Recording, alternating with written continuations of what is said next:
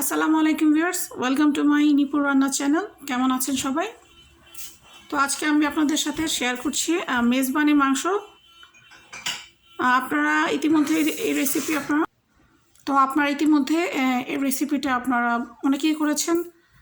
তো বিদেশি মাটিতে বসে আমরা যারা অথেন্টিক উপায়ে মেজবানি খেতে চাই, মেজবানি মাংস রান্না করতে চাই, সো আমরা কীভাবে করব সেটা আপনাদের আমি বলে দিচ্ছি।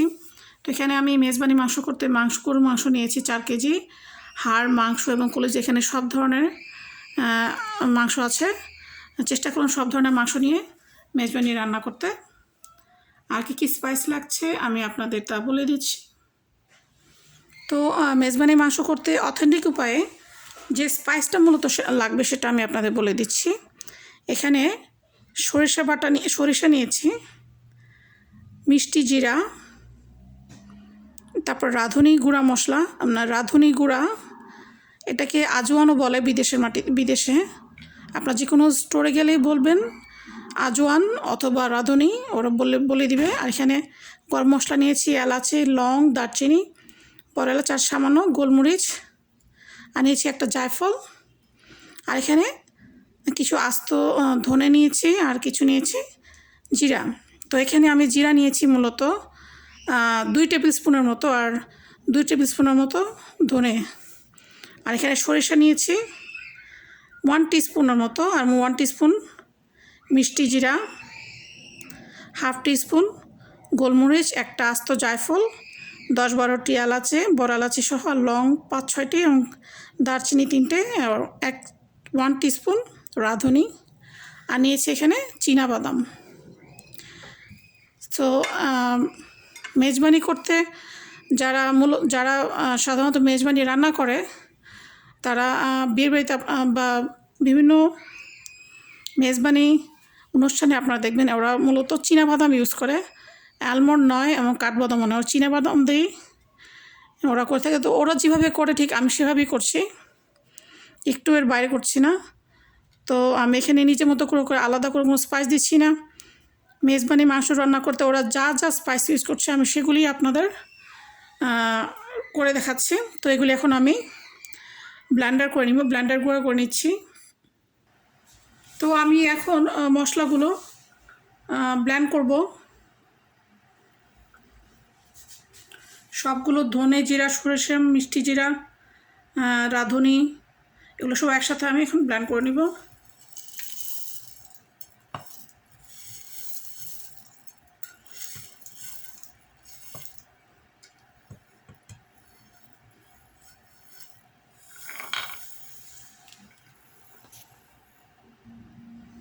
ও চীনাবাদামগুলো আমি একসাথে দিয়ে দিচ্ছি। সবগুলো একসাথে এখন আমি এটাকে ব্লেন্ড করব। তো আমি এগুলি গুঁড়ো করে নিয়েছি।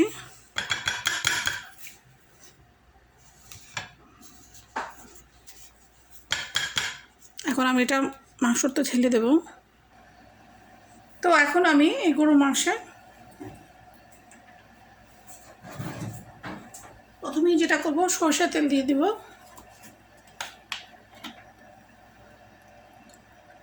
এখানে আমি হাফ কাপের মতো সরষের তেল দিয়েছি।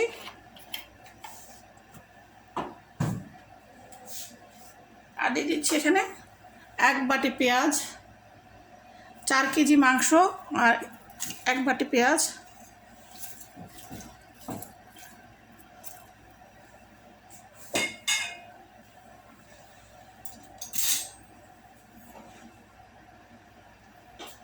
আমি জিঞ্জার বাটা দিয়ে দিচ্ছি বড় চামচের,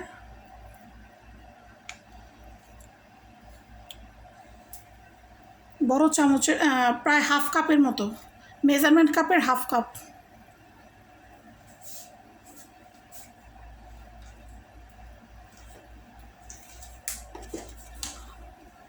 আর দিয়ে দিচ্ছি গার্লিক,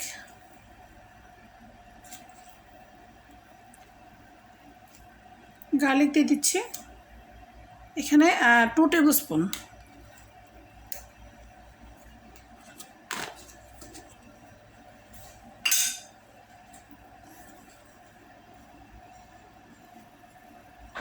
আর মশলা ব্লেন্ড করেছি যেগুলো, সেগুলো আমি দিয়ে দিব।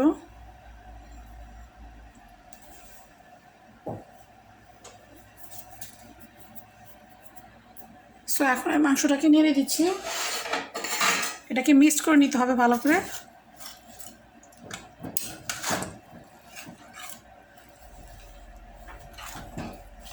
এখানে আমার হাঁড়িটা খুব মাংসের পরিমাণ বেশি হয়ে গেছে, যার কারণে হাঁড়িতে অনেক স্পেস হচ্ছে না। আপনারা মাংস যখন রান্না করবেন পরিমাণ বেশি নেবেন, হাঁড়িটা একটু বড় করে নেবেন যেন নাড়াচাড়া করতে সুবিধা হয়।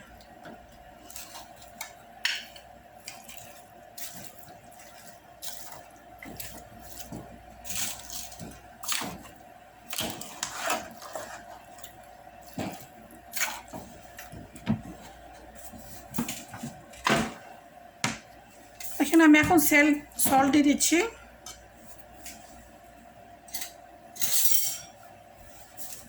সল্ট দিচ্ছি,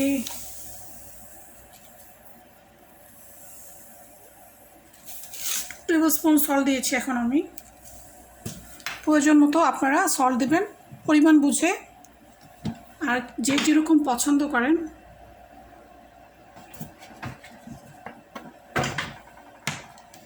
আমি এখানে হলুদ দিয়ে দিচ্ছি। হলুদ দিয়ে দিয়েছি 1 tablespoon.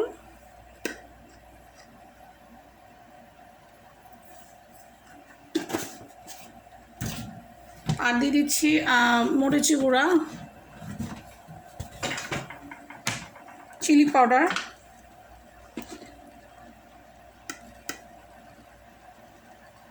Chilli powder 1 tablespoon দিয়েছি।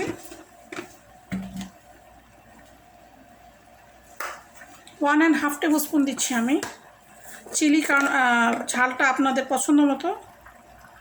এখানে আমি আরও 1 টেবিল স্পুন দিয়ে দিচ্ছি। 1 টেবিল স্পুন চিলি পাউডার,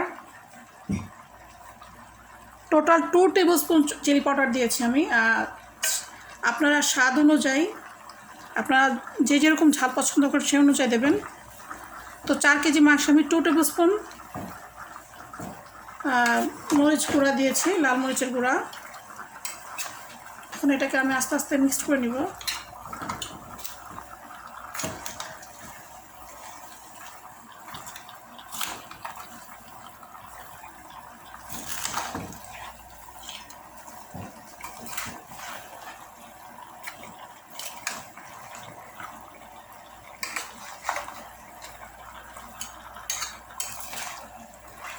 খুব সাবধানে আস্তে আস্তে নাড়তে হবে যেন এটা, আর চুলাটা থাকবে মিডিয়াম আছে, কারণ এটা আস্তে আস্তে জাল হবে তত এটা আস্তে আস্তে মাংসের ভেতর মশলাটা ঢুকবে। চুলার আঁচ বাড়িয়ে দিবেন না, চুলার আঁচ মিডিয়াম আঁচে রাখবেন। আমি এখানে এলাচি দারচিনিগুলো উঠে রেখেছিলাম, এগুলি দিয়ে দিচ্ছি এখন। আর জায়ফলটাকে গুঁড়া করে দিব।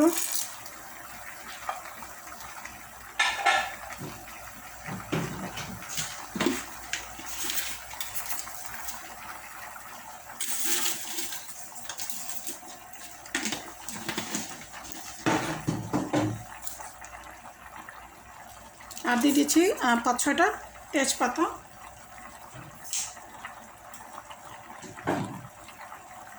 এখন এটাকে ভালো করে মিক্স করতে হবে নেড়ে চেড়ে, যেন মাংসর মধ্যে স্পাইসগুলো সুন্দর মতো সবগুলো মিশে যায়।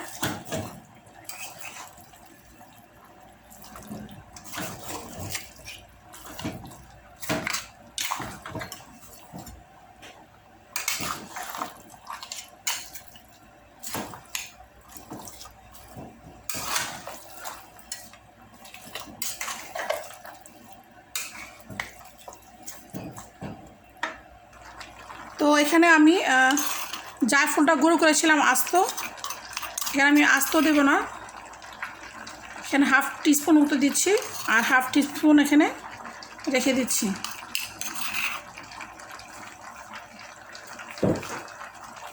কারণ গরু মাংস, এখানে 4 কেজি মাংসে পুরোটা জায়ফল লাগবে না, 1/3 হলেই চলবে।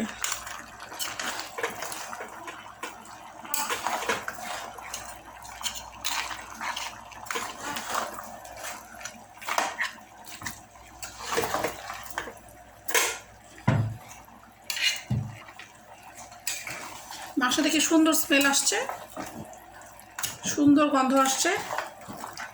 মেজবানি মাংসের মশলার আসলে অন্যরকম একটা গন্ধ, চমৎকার একটা গন্ধ আসতেছে।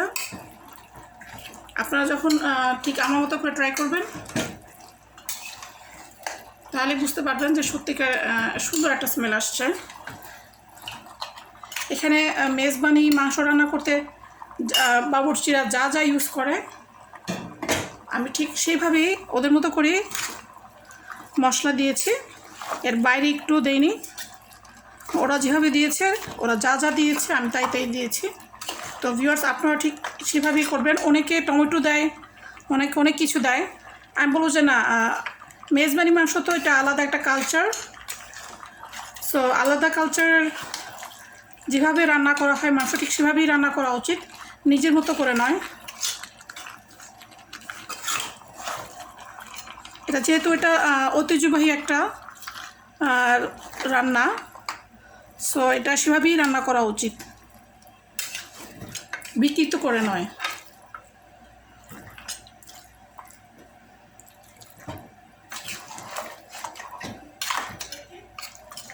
সো এটাকে আমি এখন ঢেকে দিচ্ছি। চুলার আঁচ মিডিয়াম আঁচ করে আমি এটাকে ঢেকে দিচ্ছি। যতক্ষণ ঢেকে এটাকে কষানো হোক। তো ভিউয়ার্স আপনারা হাফ অ্যান আওয়ার পর, আধা ঘন্টা পর মাংসটা কীভাবে নেড়ে দেবেন। দেখুন মাংস থেকে পানি উঠেছে। এভাবে চুলার আঁচটা কমিয়ে রাখবেন, আস্তে আস্তে মাংসটা সেদ্ধ হবে। আর মাংসের মধ্যে আপনাকে আলাদা করে আর পানি দিতে হবে না, মাংস থেকেই পানি উঠেছে। মেজবানি মাংসর মজাই এটা যে আপনাকে মাংস থেকে যদি পানি উঠে আস্তে আস্তে, আপনাকে আলাদা করে পানি দিতে হবে না, অনেকটা কোরবানির মাংসের মতো। সো আপনারা এটা খুব খেয়াল রাখবেন। চুলার আঁচ কখনো বাড়াবেন না, চুলার আঁচটা মিডিয়াম আঁচে রাখবেন। যখন মাংসটা পুরোপুরি 50% সিদ্ধ হয়ে যাবে তখন চুলাটা একটু আরও কমিয়ে লো আঁচ করে দিবেন। এতে করে মাংসটাও সিদ্ধ হবে, প্লাস ঝোলটাও শুকাবে না।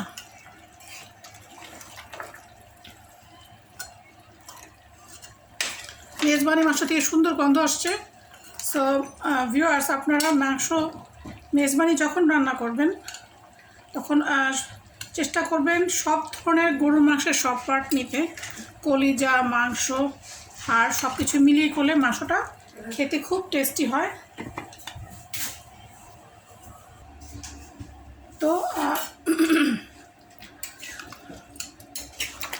তো মাংসগুলো ভিউয়ার্স দেখুন আমি একটু পানি দিইনি, মাংসর থেকে যে পানি উঠেছিল সে পানিগুলিতেই মাংস সিদ্ধ হয়ে গেছে।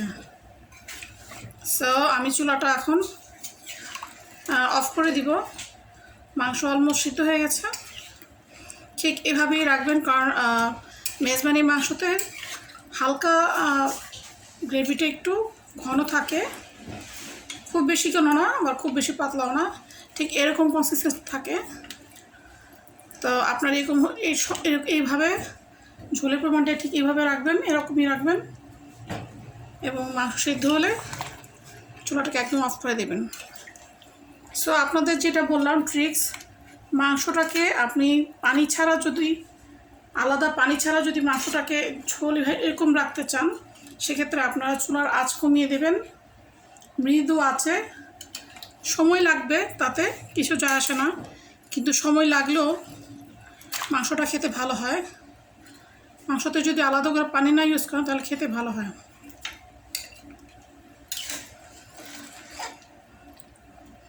আমি গরুর মাংসে এখানে মেজবানি মাংস রান্না করতে সব ধরনের পার্টই রেখেছি। দেখুন হাড়, মাংস, কলিজা সব কিছু রেখেছি, এতে করে মাংসটা খুব টেস্টি হয়েছে।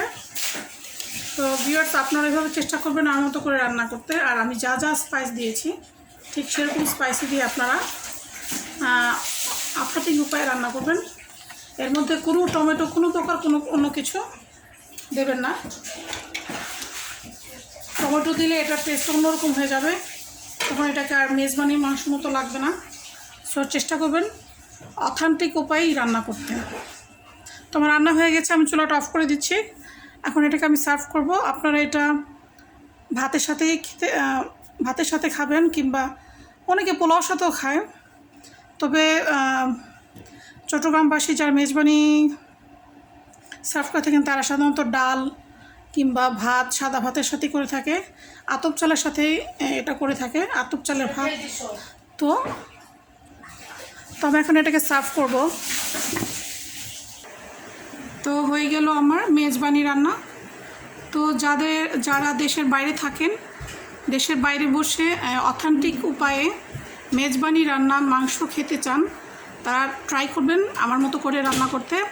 ঠিক আমি যেভাবে স্পাইস দিয়েছি, যা দিয়েছি, ঠিক এইভাবে আপনারা রান্না করবেন, তাহলে আপনারা ইনশাল্লাহ পুরোপুরি